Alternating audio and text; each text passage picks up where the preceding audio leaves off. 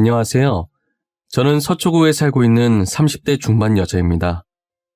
저는 나이에 비해 참 많은 일들을 겪은 것 같아요. 사고로 부모님도 잃고 남자한테 배신도 여러 번 당해봤어요. 그래도 열심히 살아보려고 혼자 아등바등거리며 버티고 있어요. 배신을 여러 번 당해봐서 나름 사람 보는 눈이 괜찮아진 줄 알았는데 꼭 그런 것만은 아니더라고요. 사람 보는 눈은 여전했어요. 그런 사람들만 골라잡는 게 재주인가 싶기도 하고요. 그래도 저는 두 남자 덕분에 세상엔 믿을 사람 한 명 없다는 걸 깨닫게 되었습니다. 할 말이 정말 많은데 마땅히 털어놓을 곳이 없어서 이곳에라도 익명의 힘을 빌려 제 이야기를 해보려고 합니다. 저는 고등학생 때 트럭이 부모님 차를 덮치는 바람에 차가 전복되어 한순간에 부모님을 두 분 다 잃게 되었어요. 부모님 차를 덮친 상대는 면허가 취소될 정도로 음주를 한 상태였어요. 그 상황에서 제가 할 수 있는 일은 아무것도 없었어요. 그저 흰 천을 덮고 누워있는 부모님을 보며 장난치지 말라고 제발 눈 떠보라며 하염없이 우는 것. 저는 그거밖에 할 수 없었습니다. 부모님 장례를 마치고 집으로 돌아와 텅 빈 집을 쳐다보았어요. 아무도 없다는 걸 알면서도 괜히 부모님을 불러보았어요. 역시나 제게 돌아오는 답변은 없었습니다. 더 이상 대답해줄 사람이 없다는 걸 믿고 싶지 않았어요. 저는 학업에도 손을 놓고 한동안 멍한 상태로 지냈습니다. 선생님은 그런 저를 보며 안타깝다는 표정을 하고 계셨어요.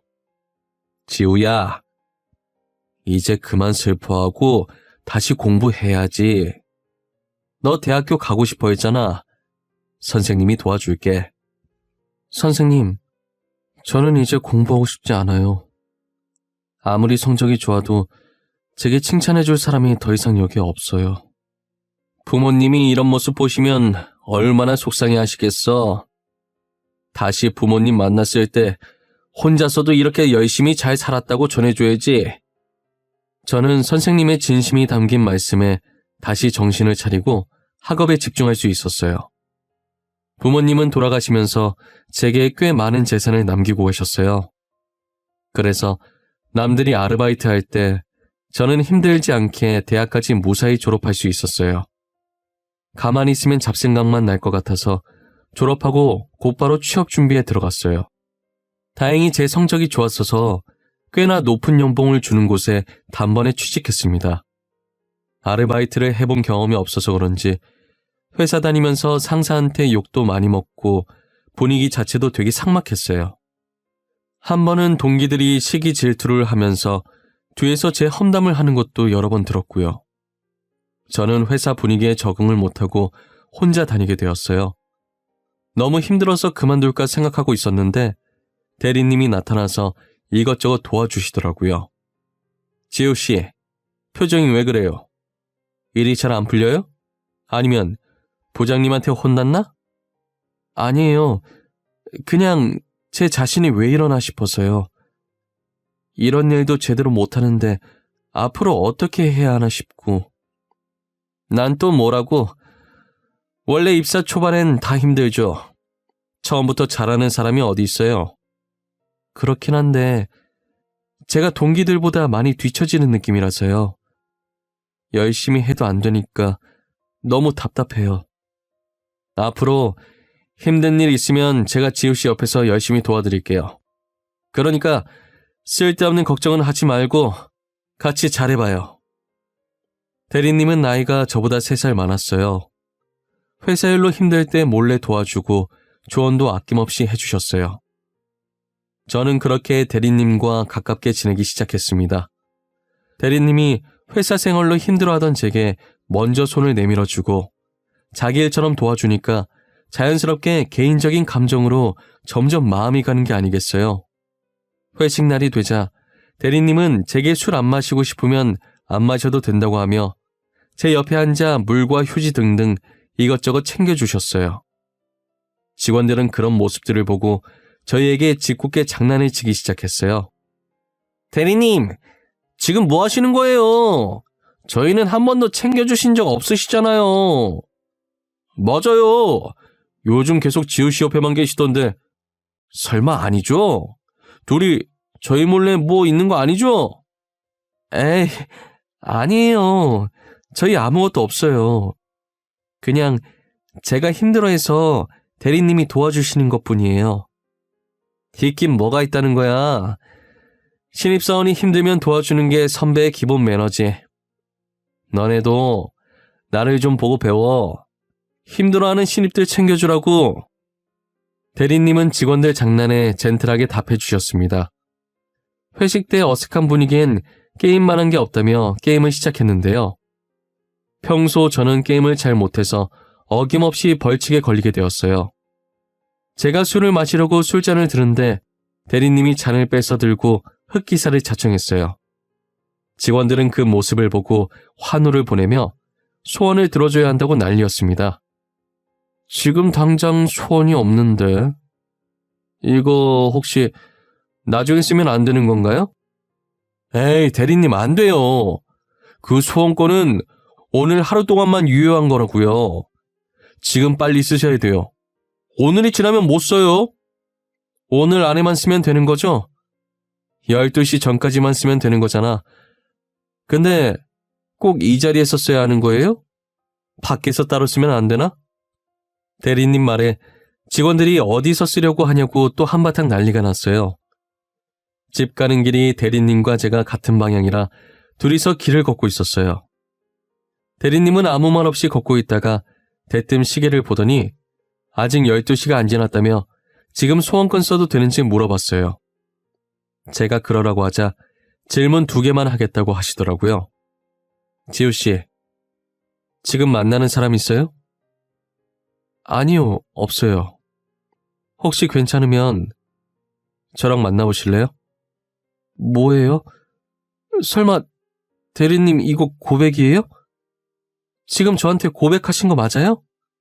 네. 지우씨만 보면 신경 쓰이고 챙겨주고 싶고 그렇더라고요. 그냥 동료라서 그런 건가 했는데 아니었어요. 저 지우씨 진짜 좋아해요. 그렇게 대리님과 저는 좋은 감정으로 만나게 되었어요. 근데 문제는 먼저 남친이 제게 비밀 연애를 하자고 제안하면서부터 시작되었어요. 저도 괜히 회사에 사내 연애한다고 알렸다가 긁어부스럼 만들기 싫어서 알겠다고 했어요. 그렇게 저희의 아슬아슬한 비밀 연애가 시작되었습니다.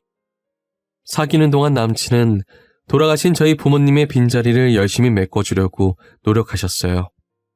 1년 가까이 연애를 하면서 한결같은 남친의 모습에 당연히 전 더욱 좋아졌고요. 저희는 얼마 지나지 않아 결혼 얘기까지 오가게 되었습니다. 오빠, 우리 이제 나이도 있고 만난 지도 꽤 됐잖아. 그래서 말인데 혹시 나랑 결혼할 생각은 없어? 결혼? 나야 당연히 결혼하고 싶지. 너같이 나한테 잘해주는 여자가 어디 있어? 무슨 소리야. 오빠가 훨씬 더 나한테 잘해주지. 우리 부모님 빈자리도 다 오빠가 채워주고. 그건 당연히 해야 하는 거지.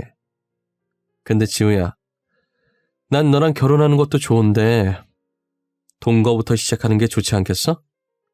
왜? 오빠네 부모님이 나 싫어하셔? 결혼하지 말래? 그런 건 아닌데 연애할 때 죽고 못 살던 사람들도 살아온 환경이 달라서 결국 다시 갈라선 경우들이 많더라고. 그런가? 오빠가 나보다 더 생각이 깊네.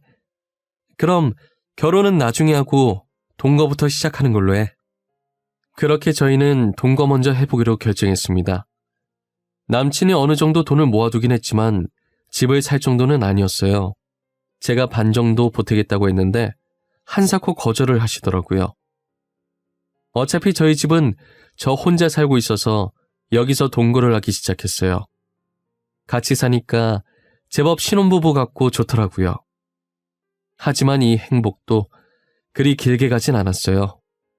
동거한 지 3개월 정도 됐을 때쯤 남친이 서서히 데이트도 미루고 약속이 잡혔다며 집에 늦게 들어오기 일쑤였어요. 지우야, 오늘 회사 사람들이랑 의논할 게 있어서 내가 조금 늦을 것 같아. 우리 데이트는 오늘 말고 내일 하는 게 어떨까? 중요한 거야? 중요한 거면 어쩔 수 없지. 회사 일이 먼저니까 내가 양보해야지. 진짜 미안해. 집에 들어갈 때 맛있는 거 사갈게. 혼자서 먼저 저녁 먹고 있어. 알겠지? 처음엔 저도 한두 번은 믿어줬어요. 하지만 날이 갈수록 집에 들어오지 않는 횟수가 많아지더라고요. 이젠 일주일에 한 번 볼까 말까 하는 수준까지 됐었어요. 동거전 연애할 때보다 얼굴을 더 못 본 것 같았어요. 한 번은 대리님 옷에서 향수 냄새가 나더라고요. 저는 처음엔 대수롭지 않게 여겼었어요. 그 뒤에도 같은 향수 냄새가 이전보다 더 진하게 나길래 향수 샀냐고 물었습니다. 같이 일하는 동료 박대리 향수가 좋아서 자기가 좀 빌렸었다고 말하더라고요. 그런데 한동안 계속 그 향수 냄새가 나서 얼마나 좋으면 계속 남의 걸 빌렸으나 싶었어요. 나중에 제가 박대리한테 직접 물어봐서 몰래 깜짝 선물해 주려고 했어요. 저는 회사 출근하자마자 박대리한테 가서 무슨 향수 쓰냐고 직접 물어봤어요. 그런데 박대리 표정이 그게 무슨 말이냐는 듯이 변하는 게 아니겠어요? 박대리님, 혹시 무슨 향수 쓰세요? 향수요? 향수 같은 거 안 뿌리는데? 저 향수 사본 적도 없어요. 향수 안 쓰신다고요? 아닌데? 분명히 대리님 향수라고 했는데? 도대체 누가요? 저 향수 써본 적도 사본 적도 없어요. 지우 씨가 잘못 들으신 것 같은데? 분명 남친은 박대리 향수라고 했는데 저는 지금 이게 무슨 상황인가 싶었습니다. 남친이 왜 거짓말을 했을까 하는 의문에 집에 가서 물어봐야겠다고 생각했어요. 그러던 찰나에 탕비실에서 신주임과 마주쳤어요. 신주임한테서 남친이 빌려서 뿌렸다던 향수와 같은 냄새가 나더라고요. 그때부터 쎄한 느낌이 저를 감쌌습니다. 저는 신주임과 대리님의 관계를 의심하기 시작했어요. 평소 향수에 관심이 많던 저는 퇴근 후 곧장 백화점에 들렀어요. 백화점에 있는 모든 매장을 방문하여 그 향수를 찾아내는데 성공했습니다. 그리고 남친이 집에 들어왔을 때 제가 사들고 온 향수를 보여줬어요. 갑자기 웬 향수야? 집에 자기 향수 많잖아. 설마 이거 자기가 놔주려고 산 거야? 이 냄새 익숙하지 않아? 오빠가 맨날 뿌리고 들어오던 향수잖아. 그렇네. 근데 자기야, 이 향수를 지금 왜 사온 거야? 아니, 오빠가 매일 박대리님 거 뿌리고 다니길래 남의 거 그만 뺏어 쓰라고 새로 하나 샀어. 제게 향수를 받은 대리님의 표정에서 당황하는 모습이 그대로 드러나더군요. 저는 아무렇지 않게 주방으로 가서 와인으로 분위기를 잡았습니다.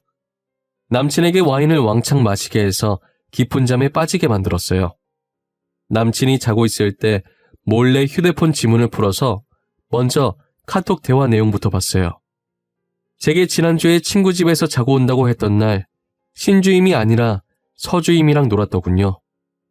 이번 주에도 약속이 있다며 못 들어올지도 모른다고 했었는데 그게 서주임과 호텔 예약해서 여행 가는 것이었어요. 모든 대화 내용을 제 휴대폰으로 옮겨놨어요. 당연히 제가 휴대폰을 사용했던 흔적도 깔끔히 없앴고요. 누가 업어가도 모를 정도로 자고 있는 남친의 자켓에서 차키를 꺼내 들고 나갔습니다. 남친 차에 가서 블랙박스 메모리칩을 빼서 새 거로 갈아 끼웠어요. 원래 들어있던 메모리칩을 들고 제 방에 있던 노트북에 꽂아 영상을 확인했습니다. 서주임이 1년도 넘게 남친 차를 타고 다녔더라고요. 둘이서 나눈 대화 내용에도 명백한 불륜 증거들이 있었어요. 저는 이 두 사람에게 제대로 복수해줘야겠다고 생각했어요. 남친은 친구 집에 놀러가고 있다고 남긴 메시지를 끝으로 연락이 끊겼어요. 저는 몰래 대화 내용이 있던 호텔 로비에서 시간 맞춰 기다리고 있었고요. 얼마 지나지 않아 체크인을 하러 들어오는 두 사람이 보이더군요. 저는 놓치지 않고 영상으로 그 모습들을 다 담았습니다. 그리고 제가 선물했던 향수를 들고 그들 면전에 뿌리기 시작했어요. 아! 박주임! 이게 무슨 경우 없는 짓이야! 박주임, 여기는 어떻게 알고 왔어? 지금 집에 있어야 할 시간 아니야? 왜 지금 당신이 여기 있는 거야? 아, 지금은 내가 박주임이야? 너는 내가 여기 있는 게 중요하니? 니들이 하고 있는 짓들이 중요하지. 왜? 내가 못 올 곳이라도 왔나 봐? 넌 여기가 친구 집이니? 이거 다 오해야, 박주임. 내가 다 설명할게. 그러니까 조금만 진정해. 내 얘기 좀 들어봐, 제발. 오해? 오해는 무슨 오해야? 지금 둘이 떡하니 팔짱 끼고 호텔에 들어온 게 오해라고? 말 같지도 않은 소리 그만해. 남친은 나중에 자기가 다 설명하겠다면서 무릎을 꿇고 제 바지가랑이를 잡고 빌더라고요. 알고 보니 남친이 제 재산을 보고 일부러 접근한 거였어요. 실제로는 서주임과 더 오래 연애를 해왔더라고요. 서주임도 남친이 양다리였다는 걸 모르는 눈치였고요. 서주임은 처음에 제게 화를 내다가 저희의 대화를 듣더니 양다리였다는 걸 알고 남친 뺨을 때리고 호텔을 나갔어요. 저는 이 사실을 전부 회사에 내부 고발할 거라고 협박했습니다. 남친이 다시는 안 그러겠다고 비는데 그 모습도 정이 떨어지네요. 서주임은 아직도 정신 못 차렸는지 남친이랑 결혼하겠다고 난리더라고요. 제게 찾아와서는 남친한테서 떨어져 나가라고 하길래 회사에 양다리 걸친 카톡 내용과 모든 사실을 회사 내 어플에 익명으로 고발했습니다. 남친과 서주임은 회사에서 쫓겨나고 저도 회사에 정이 떨어질 대로 다 떨어져서 그만뒀어요. 저는 그 이후로 연애를 안 하겠다고 다짐하고 일자리를 고민하고 있었습니다. 평소 관심이 많았던 향수나 만들어 볼까 했는데 계속 그 일이 떠오를 것 같더라고요. 향수만큼이나 옷에도 관심이 많아서 부모님 재산으로 작은 옷가게를 하나 차렸어요. 아침마다 커피를 마시는 습관이 있는 저는 1년 동안 같은 카페에서 항상 똑같은 커피를 사 먹었어요. 그런데 카페에서 1년 넘게 같은 메뉴만 시키니까 알바생이 아는 척을 하더라고요. 항상 바닐라 라떼 시키시는 분 맞으시죠? 한 메뉴만 시키는 사람은 드물어서 기억하고 있었어요. 아, 네. 그럼 그거 하나 주시겠어요? 근데 왜 바닐라 라떼만 드세요? 질리실 텐데. 다른 커피들도 맛있어요. 다음에 오시면 죄송한데 제가 조금 바빠가지고요. 지금 오픈 준비해야 해서 빨리 가봐야 하는데. 제가 차갑게 대답하는데도 뭐가 그렇게 좋은지 알바생은 싱글벙글 웃으면서 커피를 주더라고요. 처음엔 그런 알바생이 많이 부담스러웠습니다. 그러다 어리게 생긴 알바생이 쪽지로 저를 계속 지켜봤었다며 고백하는 게 아니겠어요? 연애 안 한 지도 오래됐고 그 일 있고 시간이 많이 흘러 이젠 저도 많이 무뎌진 것 같았어요. 그래서 카페 알바생과 한번 사귀어볼까 싶어서 만나게 되었습니다. 알바생인 줄만 알았던 남자가 알고 보니 저보다 나이가 많은 개인 카페 사장님이더라고요. 30살이 넘어가던 차에 둘 다 안정적으로 벌면서 연애하니 다시금 결혼이 하고 싶어졌어요. 지우야, 이제 너도 곧 30살이고 우리 조금이라도 젊을 때 결혼하는 게 어때? 결혼해서 아이 생기기 전에 둘이서 놀러 다니면서 추억도 좀 쌓고. 오빠, 나는 솔직히 오빠랑 당장 결혼하고 싶어. 그런데 오빠가 아직 모르는 게 있어. 뭔데? 내가 아직 모르는 것도 있었어? 사실 이걸 말할까 말까 수도 없이 고민했었는데 사실 전 남친이 양다리 걸쳐서 들켰었어. 난 오빠를 정말 믿고 싶지만 나한텐 아직 상처라서 쉽게 결정 못하겠어. 그런 일이 있었는지 몰랐어. 그런 건 나한테 말해도 돼. 내가 자기를 너무 부담스럽게 했나 보다. 내 말은 너무 신경 쓰지 마. 괜찮아지면 다음에 다시 얘기하자. 이 사람이면 괜찮겠다 싶었지만 그래도 세상에 믿을 사람 없다잖아요. 저는 같은 실수를 2번 다신 하지 않겠다고 생각했습니다. 새로운 남친은 자세히 알아보고 안전하게 결혼해야겠다는 생각에 몰래 뒷조사를 하게 되었어요. 남친은 제게 자기 부모님도 소개시켜주고 자기는 당당하다며 자신의 휴대폰 비밀번호도 알려줬었어요. 그런 남친의 모습을 보고 이 사람은 정말 숨기는 게 없다고 생각했습니다. 안심하고 제 집에서 동거를 시작했어요. 남친과 반년 정도 동거하면서 여전히 잘해주는 모습에 평생을 같이 해도 되겠다 싶었어요. 그래서 결혼하려고 정식으로 남친 부모님께 인사드리고 갔고요. 속전속결로 드레스 예약하고 결혼 날짜에 식장까지 잡아놨습니다. 결혼 전날 이것저것 준비할 게 많아서 피곤하더라고요. 할 일을 끝내고 나니 졸음이 쏟아져서 저는 일찍 잠들었어요. 그러다 잠시 잠에서 깼는데 옆에 있어야 할 남친이 없었어요. 문 쪽으로 다가가니 남친이 거실에서 몰래 누군가와 통화 중이더라고요. 여보라고 말하는 남친의 목소리에 두 귀를 의심했어요. 저는 본능적으로 휴대폰을 들어 몰래 찍고 있었죠. 바보같이 제가 잔다고 생각한 건지 당당하게 스피커폰으로 통화하고 있어서 상대방 목소리도 선명하게 들리더라고요. 여보, 이번 일만 잘 끝나면 여보한테 명품백 2-3개? 그건 그냥 사줄 수도 있어. 조금만 기다려봐. 알겠지? 진짜? 빨리 여보가 하는 일 끝났으면 좋겠다. 나 지금 너무 기대돼. 친구들한테 자랑할 거야. 당연히 자랑해야지. 앞으로 자기한테 좋은 거 더 많이 해줄 수 있어. 나 믿지? 그러니까 조금만 기다려줘. 알고 보니 남친은 이미 여친이 있었습니다. 제 재산을 뒤로 빼돌릴 생각으로 사기 결혼을 결심한 것이었어요.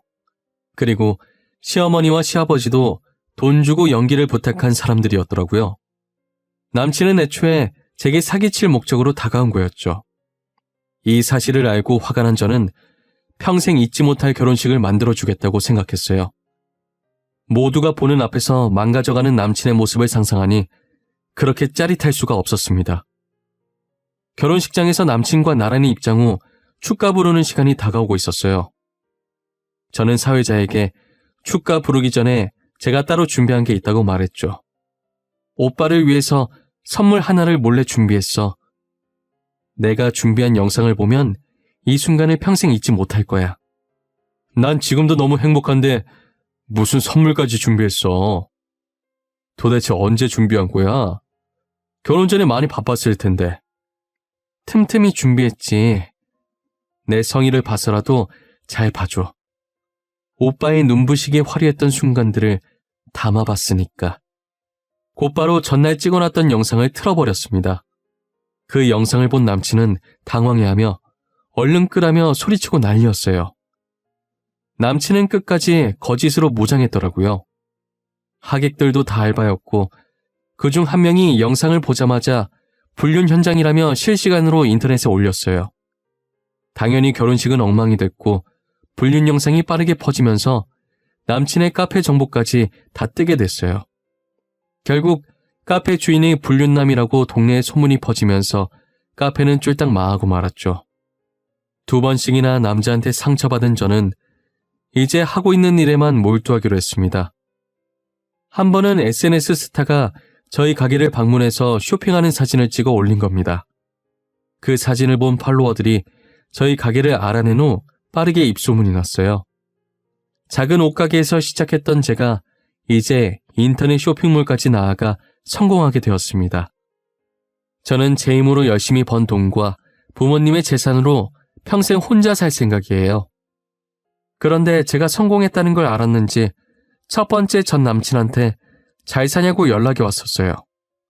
저와 이혼하고 그닥 잘 사는 것 같지 않더라고요. 지우야, 요즘 너네 가게 SNS에 많이 보이더라. 네 생각이 나서 연락해봤어. 잘 지내? 내 생각을 네가 왜 해? 나는 너랑 헤어지고 훨씬 잘 지내. 서주임은 너가 나한테 연락하고 다니는 거 알고 있니? 걔 말은 하지 마라 짜증나니까. 걔 나보고 결혼하자 하더니 결혼한 지 1년도 안 된 애가 바람펴서 이혼한 지는 꽤 됐어. 그거 듣던 중 반가운 소리네. 네가 한 말 중에 제일 재밌다. 끼리끼리 만났구나 아주. 너도 당해보니까 어때? 내가 전에 너한테 진짜 나쁜 짓 했더라. 그래서 지금 천벌받나 봐. 나 진짜 반성 많이 했어. 다신 안 그럴 테니까 한 번만 용서해주라. 진짜 그러고도 나한테 용서를 구하니? 역시 인간은 절대 고쳐 쓰는 게 아니라고 했어. 구질구질하게 나한테 다시는 연락하지 마. 저는 단칼에 거절했지만 나를 만만하게 보고 다시 연락한 건가 싶은 생각에 제대로 응징해줘야겠다고 생각했습니다. 첫 번째 남친은 현재 대출받아서 음식 장사를 하고 있었어요. 뻔뻔하게 연락하는 태도에 짜증나서 제가 그 음식점에 찾아갔어요. 멍청한 전 남친은 제가 자기랑 다시 시작하려고 온 줄 알았는지 환하게 웃더군요. 그런 남친의 면전에 건물 계약서를 들이밀었어요. 지호야, 네가 여기는 어쩐 일로 왔어? 나 보러 여기까지 온 거야? 너 보러 온 거야. 이거 뭔지 알지? 여기 건물 계약서야. 방금 내가 이 건물 샀거든. 너가 이 건물을 샀다고? 나를 위해서 샀구나. 월세 많이 나가는 건 어떻게 알고? 너 원래 이렇게 눈치가 없었니? 너 내가 만만했나 보다. 그러고 다시 연락하는 거 보니까. 네가 날 하도 만만하게 보길래 건물주가 월세 좀 올리러 왔어. 지금 주고 있는 것보다 2배 더 올릴 거야. 감당 못하겠으면 음식점 빼던가. 원래 인기도 없었던 식당이었는지 가게는 쫄딱 망하고 어떻게든 살아보려고 사채까지 쓰고는 파산해버렸어요. 전 남친은 다시 제게 찾아와 앞으로 평생 아는 척 안 할 테니 제발 살려만 달라고 손이 발이 되도록 빌더라고요. 지우야, 내가 미안해. 다 내가 잘못했어. 내가 어떻게 하면 될까? 너한테 어쩌면 좋겠어? 간단해. 그냥 내 눈앞에서 사라져주면 돼. 머리카락 한 올도 보이지 말고 그대로 사라져. 내가 사라져줄게. 앞으로 평생 아는 척 안 할게. 그러니까 제발 한 번만 살려주면 안 될까? 누가 보면 내가 너 죽이는 줄 알겠다. 너 이런 식으로라도 계속 내 앞에 보이면 더 심하게 괴롭혀줄 테니까 나가. 전 남친은 연신 미안하다고 앞으로 찾아올 일 없을 거라며 도망가 버렸습니다. 2명의 남친 모두 제 재산만 보고 만난 게 억울했지만 이렇게라도 돈으로 복수할 수 있으니 정말 다행입니다. 눈에는 눈, 이에는 이라고 하잖아요. 돈에는 똑같이 돈으로 응징을 해줘야 하는 것 같습니다. 앞으로 연애를 할 수 있을지 모르겠지만 혹시라도 다음에 연애를 하게 된다면 명품 선물도 하지 않고 아예 돈 없는 척 해야겠다고 생각했어요. 무너져가는 집이라도 하나 사서 못 사는 척 연기해야 하나 싶습니다. 여러분들은 아무리 좋아하는 사람이라도 모든 걸 내보이지 마세요. 저처럼 약점이 될 수도 있답니다. 제 이야기는 여기까지예요. 지금까지 들어주셔서 감사합니다.